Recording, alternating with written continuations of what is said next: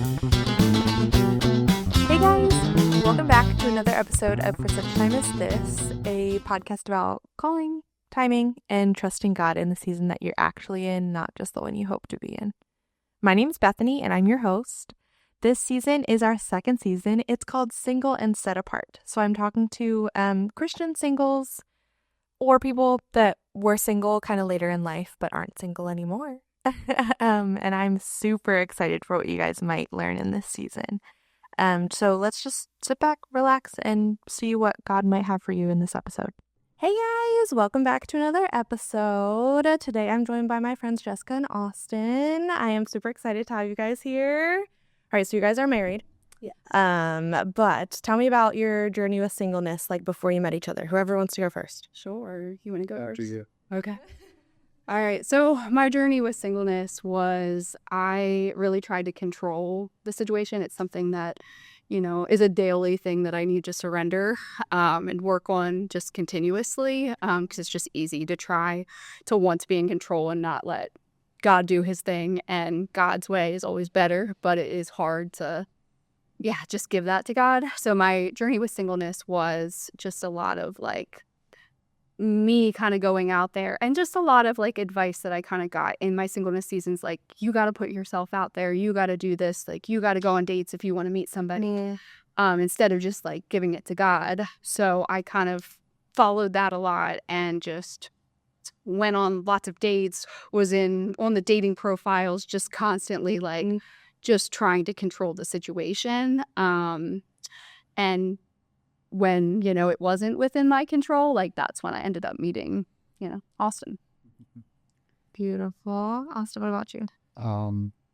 Without going into entirely too much detail, I have been single before I met Jessica for a lot of my life. I sort of grew up wanting a relationship for a long time. And I was, a lot like what Jessica said, trying to be in control. I had my first relationship when I was 18 years old. And that experience sort of became an idol in my life to where it made me want more and more of that. But the more and more I tried to chase a relationship with somebody, it was like God would put a roadblock in my way. Oh, geez. I wanted this so bad. And there was a lot of disappointment that came out of that. So, yeah, I mean, that would happen over and over and over again, where I would chase somebody and God would say no. And then I would chase somebody else and God would say no. And that just kept happening until I got to the point where I was like, okay, God, you know better than I do. Yeah. I can try and control this and keep disappointing myself and keep getting, roadblocks and roadblocks and roadblocks. And it was making me miserable. So I just decided one day I was going to just give it up. I don't care anymore. And I mean, there were times where I kind of went back to what I wanted to get and chased the relationships, and obviously they all always failed miserably. Right. But there was a time where I decided I'm ready to be married. And so I fasted and I prayed for a year and a half consistently. And that was when God showed up. I put all the relationships, all the wants to the side and said, God, your will. That's what I want. That's awesome. Yeah. And how old were you guys when you got when you met and then when you got married? So I was, I think 32, and you were 30? Yes, I would have probably just turned 30. So this was 2023. So yeah, 3 years ago. So 30. Oh. Okay. Yeah. Awesome. When you were little, did you have this idea? I feel like as girls, at least, we have this idea. I'm like, oh, I want to be married when I'm like 25. Was that like discouraging going through your 20s and like being like, God, when is it gonna happen? Yeah, I would say it was discouraging, and it was tough because you see, how culture is, and everybody, all my friends kind of getting married, or like a lot of my friends getting married. So it was discouraging to like kind of see that and be like, well, why not me? Mm-hmm. And why am I not there yet? And just a lot of things in my life were just not how I, would have planned it. Like I thought, I was going to be a teacher, ended up being a nurse, and just everything was kind of like just different than I expected. Like I thought, yeah, that I'd be a teacher with a family, like, Right. but it's just, God's plan is definitely different than what I expected it to be, but it's so much greater than what I expected to be too. So, and if I ended up in any of the relationships before, it just wouldn't have been the same as it is now. That makes sense. Yes, I definitely agree with that. Like what I what I had thought I was gonna like what my life was gonna be like when I was at 33. Like I never would have imagined I'd be here, to be honest with you. Yeah. As Austin, as a guy growing up, do you have like a timeline in your head? I try not to think like I should be here at this particular point in my life. I've grown up a Christian my entire life, like with the message drilled into my head that like God doesn't always take everybody to the same place. Mm-hmm. And especially not on the exact same timeline. Mm-hmm. And so I've lived my life in a way where I feel like I would rather follow God's timeline for my life than my own. Mm-hmm. I mean, definitely there's those like messaging from culture, like you need to be married by this time, you need to be in a house by this. And I've spent a lot of time like trying to ignore that messaging, so to speak, and just try and follow the voice of the Lord, because like really what those messagings are is like it's a distraction from where God wants to call you. So yeah. So you said you grew up in church, right? Yeah. Did you grow up in church, Jessica, too? Yeah, I did. So was it like hard on your spirituality or your relationship with God going through your like whole 20s and feeling like discouraged? Were there times where you were like not trusting his timing or angry at him even? Go ahead. I feel like it was something that I noticed with myself from looking back in my journals was I would be like, okay, God, I'm going to trust your timing this time.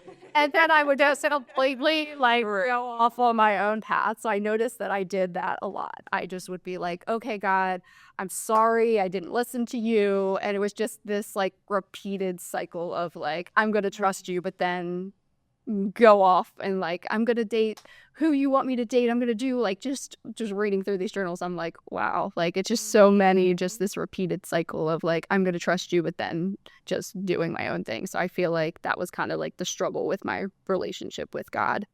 And I feel like there was a little bit of like frustration, especially seeing like a lot of my Christian friends like married, and it's like, well, why can't I have that? Like, and then just feeling like there's just no one out there. Like there's just so many times that, and my mom would even say like, it's only like, you only need one person, like just, like just trust that God has somebody for you. But I was just like, there's just nobody. I go to church, there's just nobody here. Like I'm never going to meet up. And my mom was like, well, maybe you'll meet somebody in church. And I'm like, but there's nobody here. So it's just like, it's hard to trust when you don't see. So it comes back to like walking in faith. So, and not, what you see out there, like, because God can do anything. Mm-hmm. Yeah, he can. Yeah. Yeah, just like in my spiritual walk, I struggled a lot with this particular thing. Being single was something that was a topic frequently of prayers. Yeah. So I spent a lot of time talking to God about, God, why am I saying? And there was a times where I was like, God, why have you abandoned me? God, why I allowed resentment to come into the picture. And I wanted to be where I wanted to be and not where the Lord wanted to be. And so it was a struggle for a long time for me. But once I was able to let it go and be content in my circumstances, Paul says in Romans, I think 9. No, it's not Romans 9. Sorry, I'm terrible with. I am too, so it's fine. You can just say God says in the Bible somewhere that he's learned the secret of being content in circumstances. Yeah. And Paul was in way worse circumstances than I ever was. Like, he was in prison, he was stoned, he was beaten for his faith. And if Paul can be content in those circumstances, then I can be content in these circumstances. God obviously has a reason for me being in this situation. There's a reason he keeps roadblocking me. There's a reason that he's drifting me away from these relationships.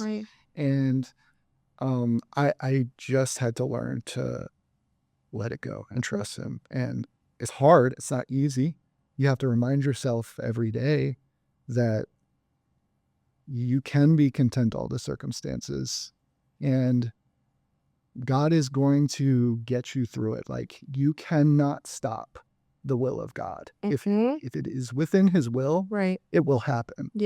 We just have to let him do his job. And step back and say, I can't do this better than you can. Yeah, exactly. Do you guys feel like I know there was pressure culturally, but do you ever feel like there was pressure within the church of like, oh, everybody, because I feel like a lot of Christians get married so young. So like, everybody's like, well, why aren't you married? Or is that just pressure you put on yourselves? I'd say it was more internal. I feel like I was grateful. I feel like it was more of like the people in at least one person that I remember was very big on like pushing me to trust God and not control the situation. And so I, just looking back, wish I would have listened to her, because it was like, get off that dating app. That's not what I feel like God's calling for you. And I'm not saying there's anything wrong with dating apps. It's more of like, for me personally, she was just like, I don't feel like that's what you should be doing right now. And, didn't really listen, just kept feeling like I want to control the situation for a while. And it was not through, a dating app how we met.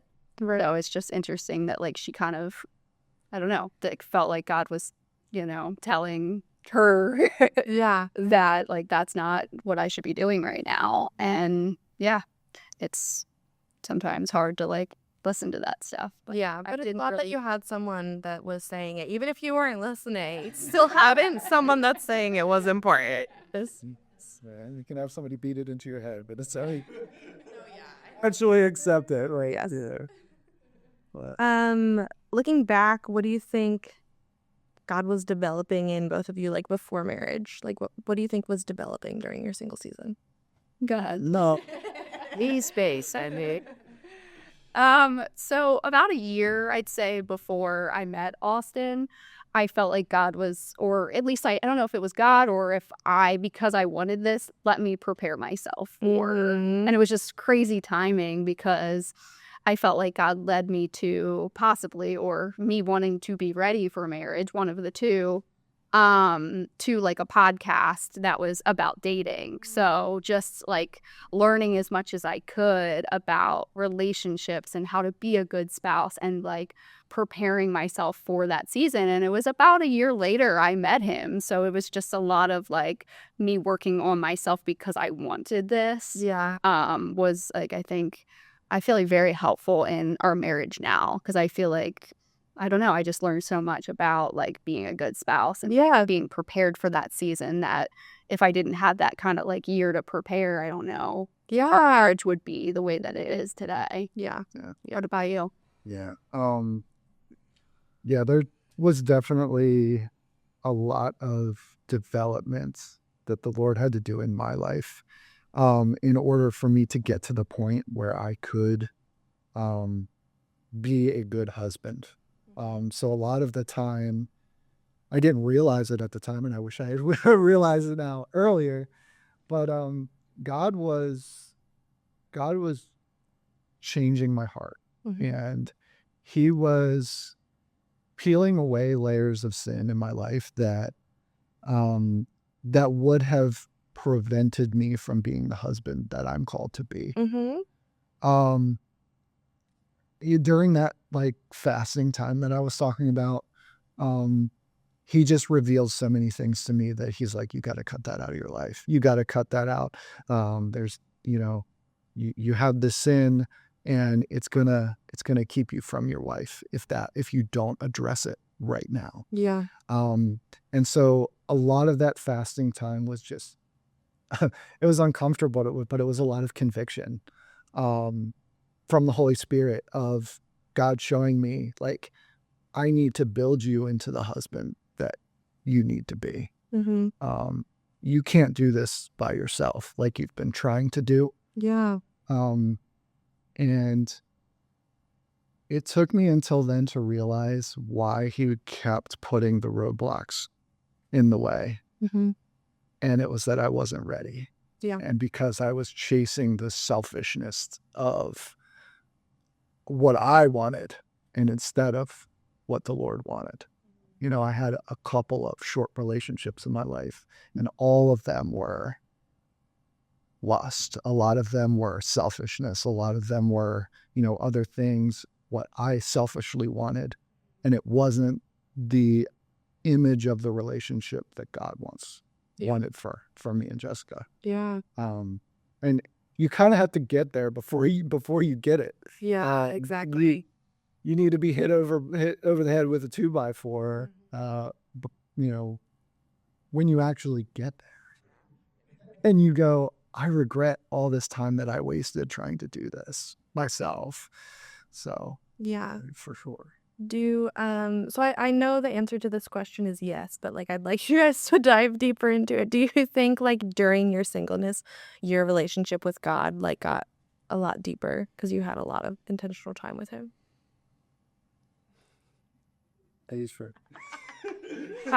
I feel like, so with me, I grew up in the church, right?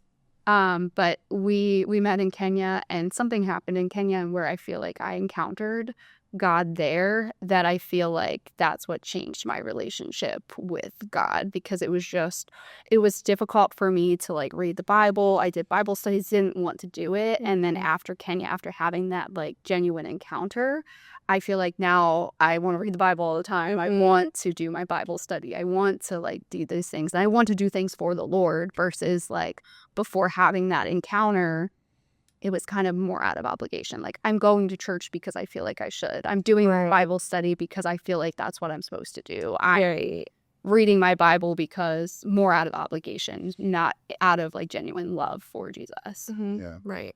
Yeah.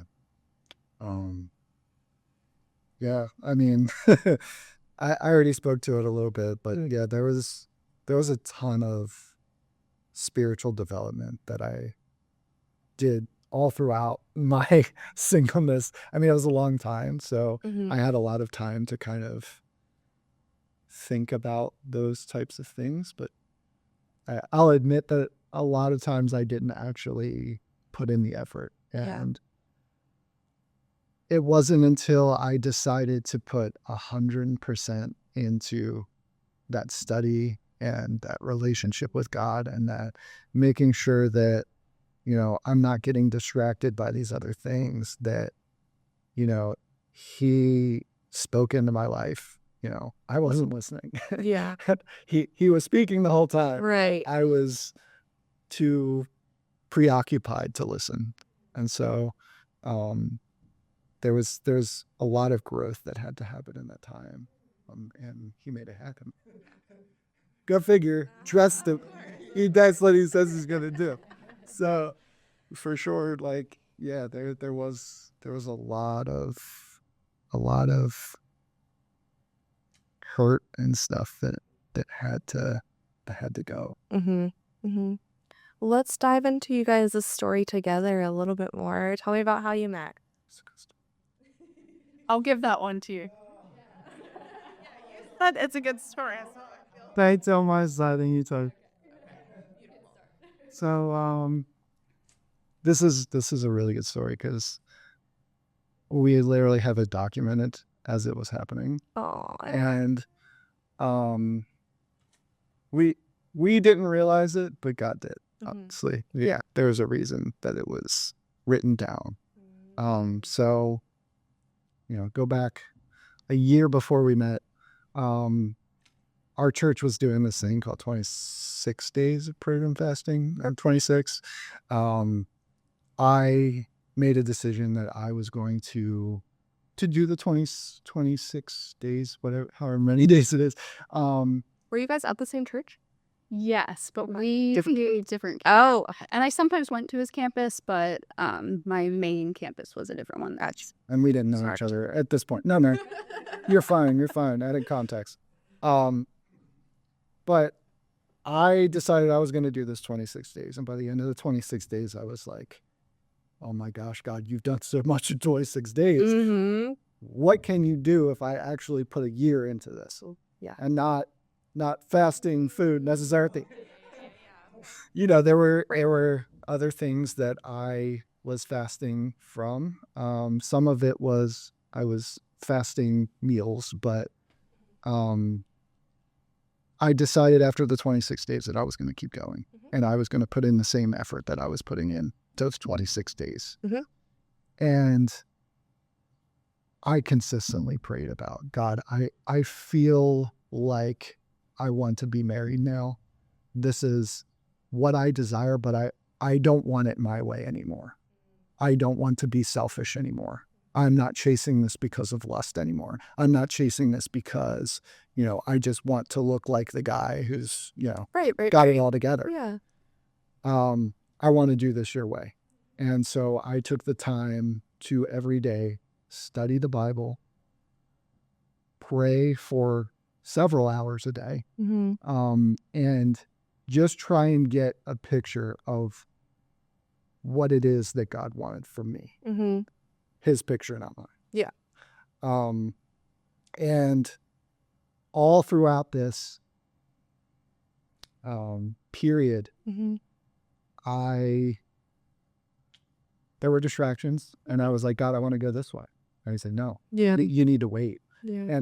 And there's one song that kept coming on, and that is Wait on You by Mavericks. And every single time it came on without fail, every time I wanted to go my way. Wow. And I begun to hate that song because I'm like, God, I don't want to do this my way. But I listened, and I was like, you know what? I'm going to wait on you. I'm going to do it your way. And fast forward a year, I'm on this work trip that I had in Virginia Beach, and it just came to my mind, I need to pray and I need to write it down. And this was like literally the week before I was going to Kenya. I felt a long time ago, and I didn't know why, that I needed to go to Kenya with my church. I had a lot of friends who had gone on this Kenya trip, and they're like, dude, you need to go. Okay. So I prayed about it, and I signed up and almost backed out several times. But back to this Virginia Beach thing, I had to pray and I had to write it down. And I just prayed for whoever my wife was going to be, for God to prepare her for marriage, for God to make me the man that he wanted me to be. And we have documentation of this prayer.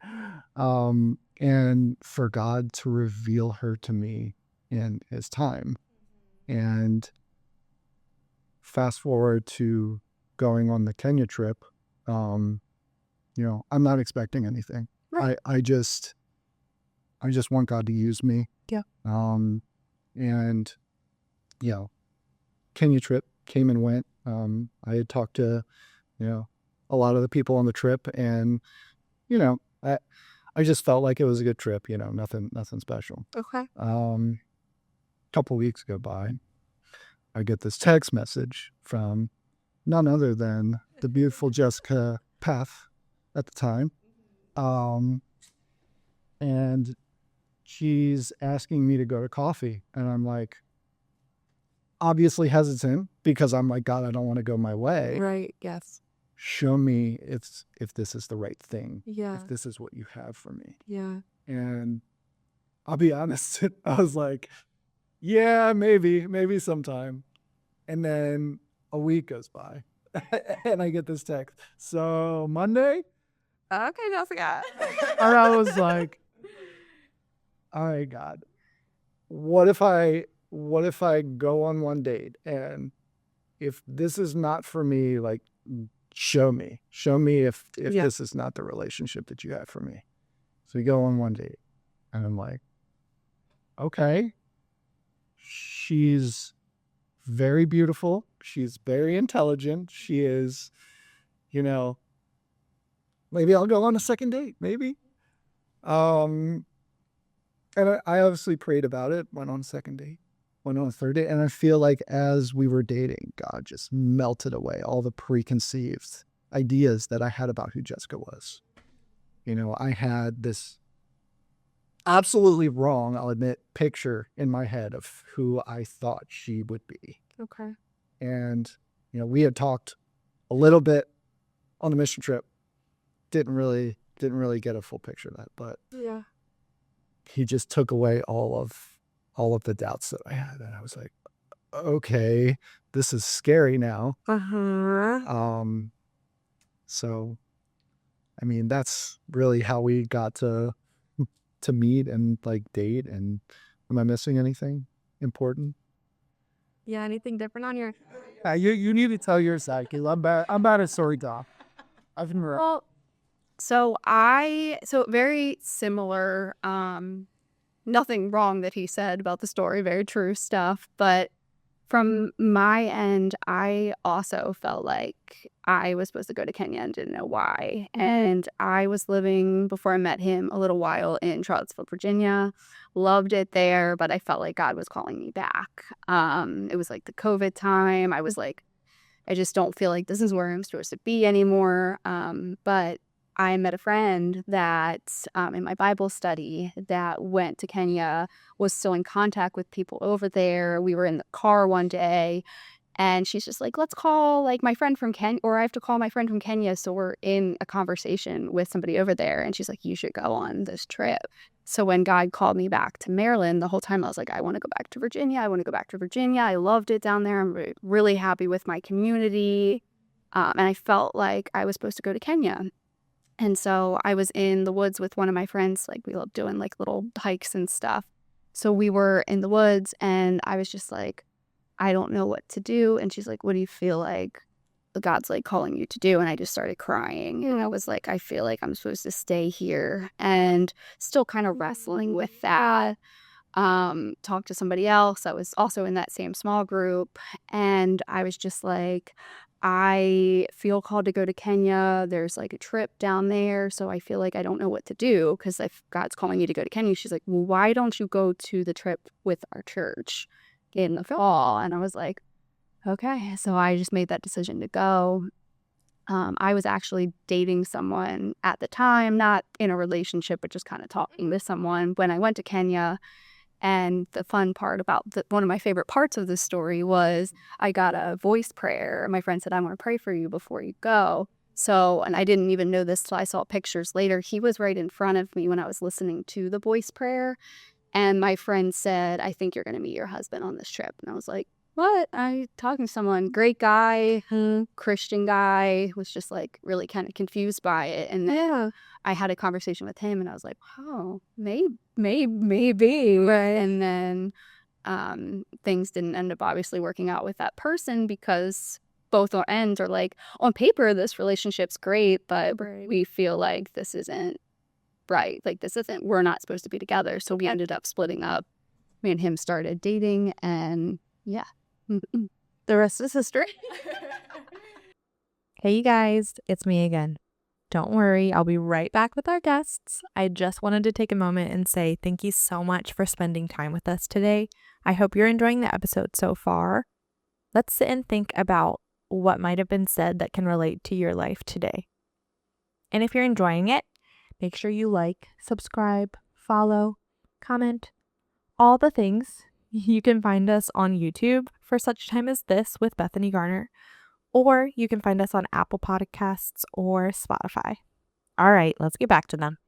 What do you think made like this relationship feel like safe or peaceful or aligned, like compared to different relationships that you've been in? I'd say like our relationships with God, like where they were kind of when we got together, were strong. So it's just and just having that like respect for each other just creates like a peaceful, safe environment if we're respectful and care about each other and put each other first. Like I feel like my advice for anybody that's like in a relationship is to like put that other person first and like not go into it like what can I get. And I feel like in relationships before I was always wanting to be spoiled and he does spoil me. I just kind of expected that, like, oh, spoil me. But then, you know, God kind of changing me in the sense that, like, I want to serve this person. And we're kind of like, our fights are like, I want to take the dog out. Nope. Like, it's more of like we are like fighting to serve each other. And I feel like then we don't run into those issues of like, oh, you're not doing enough. You're not doing enough because we're both wanting to serve each other. Yeah. Aggressive.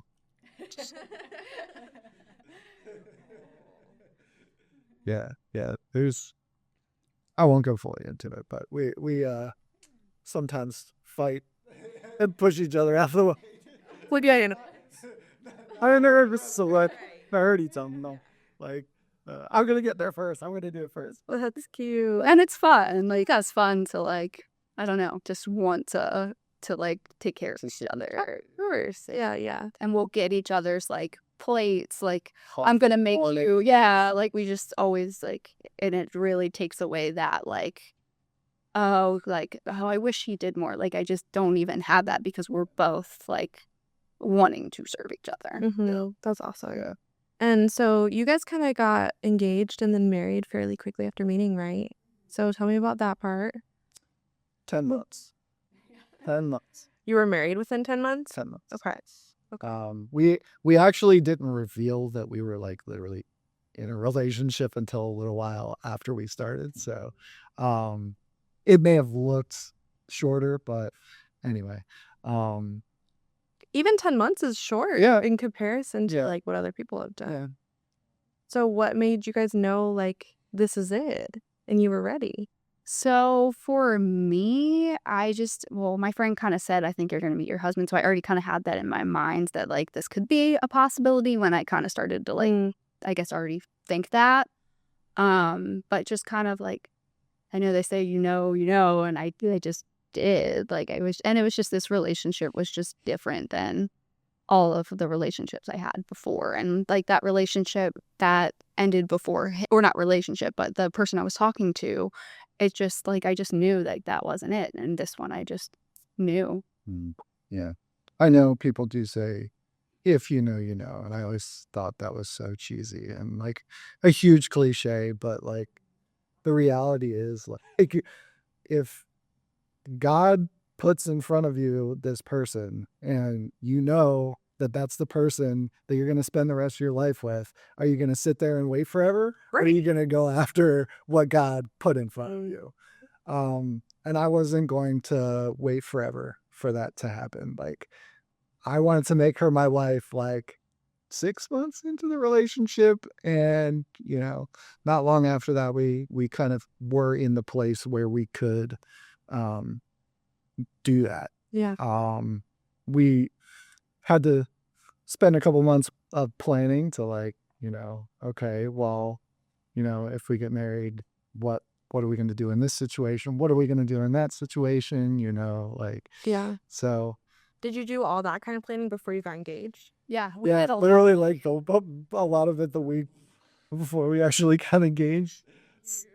That's a fun story too, because we thought that we were going to get married in November. We actually had like a venue picked out and booked, and his brother was in town, and we were just like, you know, brother's a missionary in the Czech Republic, so okay.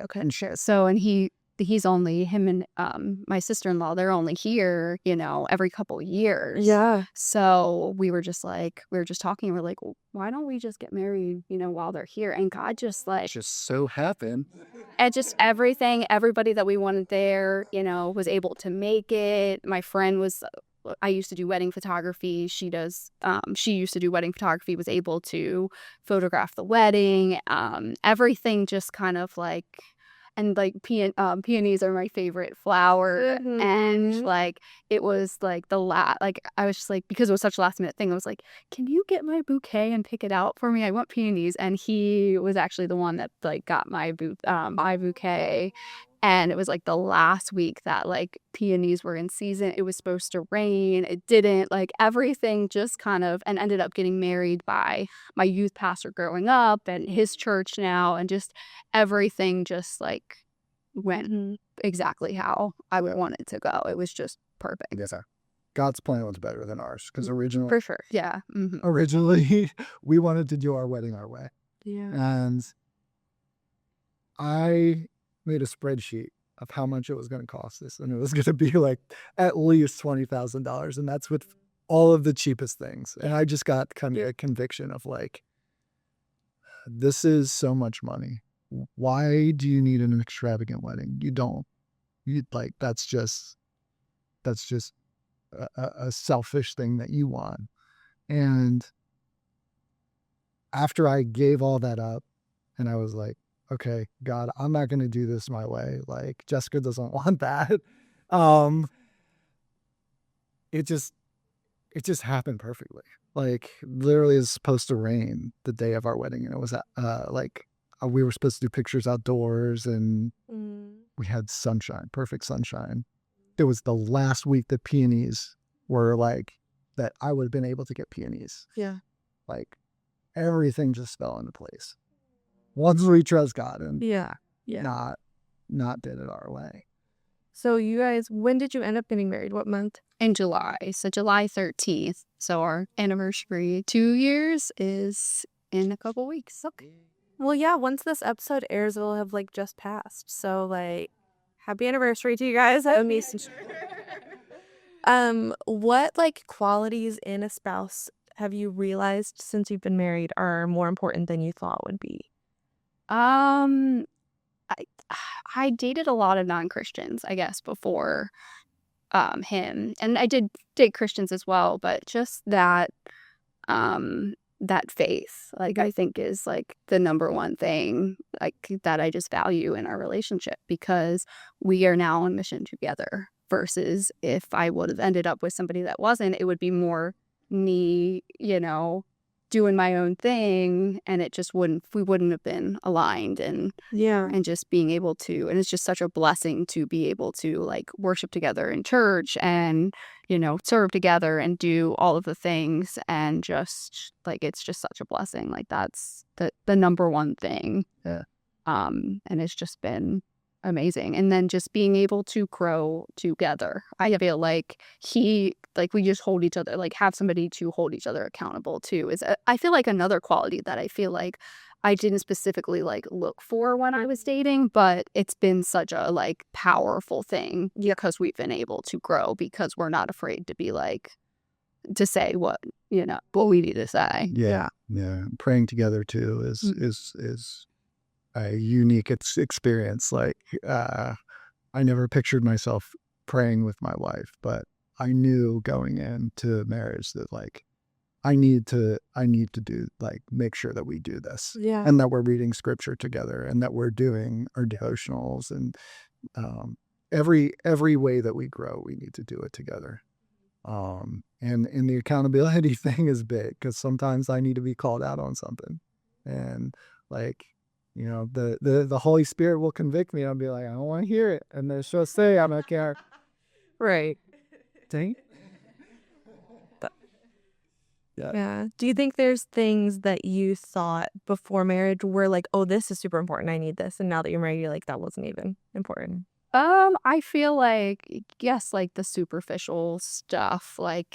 I feel when I was younger, like, I'll give an example, like a car thing. Oh, he has a nice car. That may have been attracting to me, but by the point that we got married, he had a nice car, and I was like, that's like kind of a turnoff.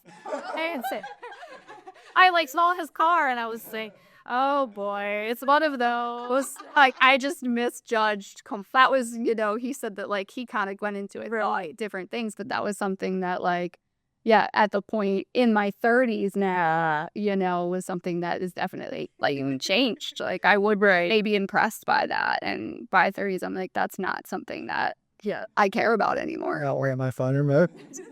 Yeah. I had a Toyota Supra, by the way. Oh. And I love that car, but it was the dumbest purchase I ever made. And honestly, I did it to impress people, and I don't like that. That was why I did it, but obviously, it had the opposite effect. And I felt like at a certain point, God convicted me to sell it, and I was like, no. And then we got married, and I'm like, I'm going to sell this car now because so. Do you think anything else, Austin, that you can think of that you were like went into before you got married, we're like, that's really important, and then Yeah, the definitely the materialistic part, because I grew up, at least when I was younger, with a very materialistic kind of background. Okay. Not to say that I myself was materialistic. I was in certain ways. But you always picture yourself with like, oh, I'm going to have a big house, and I'm going to have this, and I'm going to have that. But it's not about any of that at all. Like the Bible says, life does not consist of an abundance of possessions. So part of what God had to work on was that like materialism too. And I feel like throughout our relationship, he kind of brought those sorts of things to my attention, we had stuff with the big wedding and the car and, all that stuff. So he's still working on that area of my life, to be perfectly honest with you. But it's always it's a journey. It's not always overnight. Yeah. And sometimes I need someone like my wife to point it out to me, because you don't always see all the flaws that you have in yourself. It's hard to see that in yourself. Yeah. And it's super helpful for growth when, he says something, and it's not always what you want to hear too. It's like, oh, that hurt, but if I didn't know that, like I couldn't change it if I didn't know. Yeah. How important do you guys think friendship is in marriage? So important. Like, we are always laughing. It's like we're staying with my parents right now because we're in the process of looking for a house. And my mom's just like, you guys are just always laughing. Like, this to like buy other people or just in other places. Like, oh, they're so cute because they're always laughing. So I feel like I always want to be around him. It's not like, oh, I'd rather hang out with my friends. No, I would obviously want to see my friends, but I feel like I always want to hang out with my husband. And I just feel like that's so important, because this is somebody that you're going to be spending the majority of your time with. You want to be with somebody that you're not friends with. Yeah. Right. Yeah. Spending the rest of your life with someone, you really have to make like a really good decision on. And obviously God's going to be the one that ultimately makes the decision. But you have to be discerning about who you marry. Yeah. Because you could spend the rest of your life with somebody you don't even like. And I mean, I know that sounds weird to say, but no, that's so true. Like, you don't want to be in a forever relationship with your worst enemy. You, as far as it depends on you, should be best friends with whoever you spend the rest of your life with, because it's going to be a really hard road if you don't.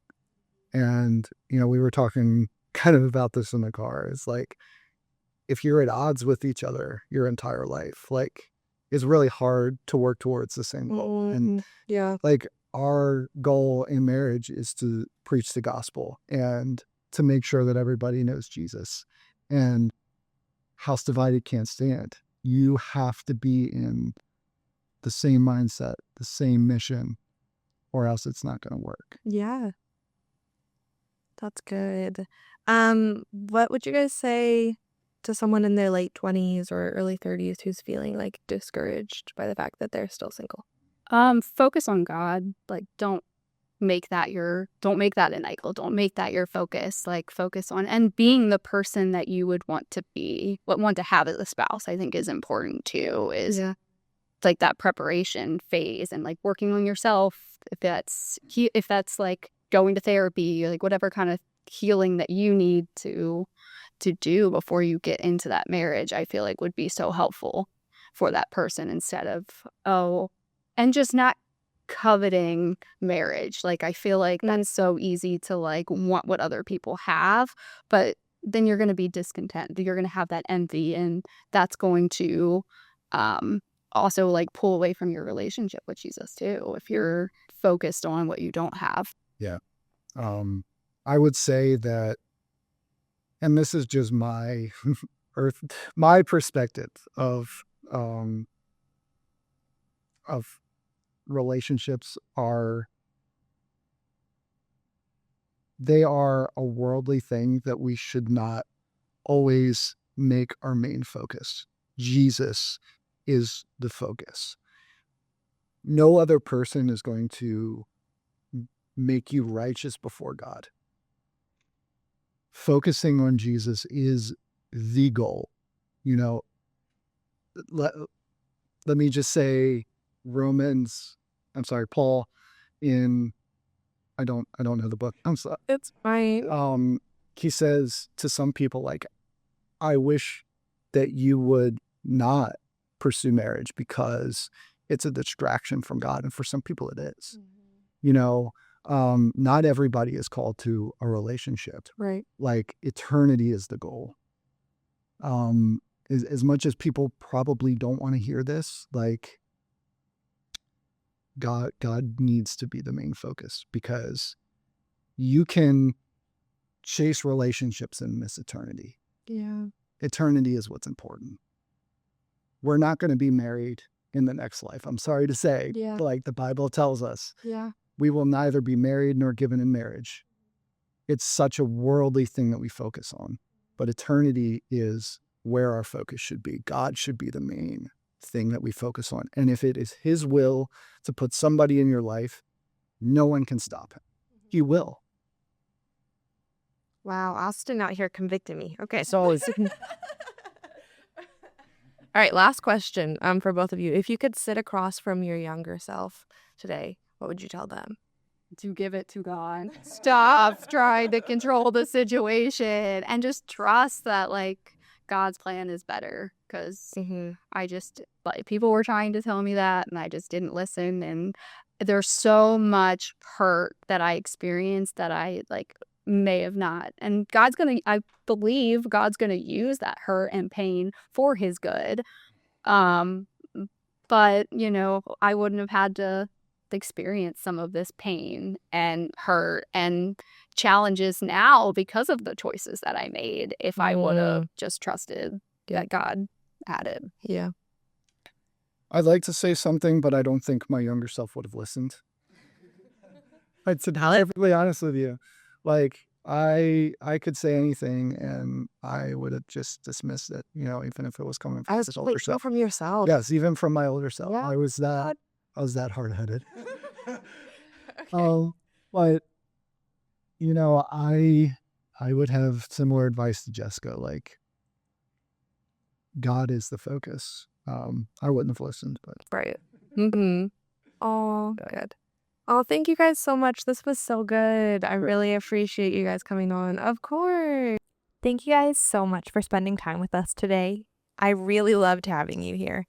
If you liked this episode, make sure you share it with someone you know. I'd also love if you guys would comment any questions you might have that we can answer on future episodes. Remember that each one of you was born for such a time as this. Until next time, bye!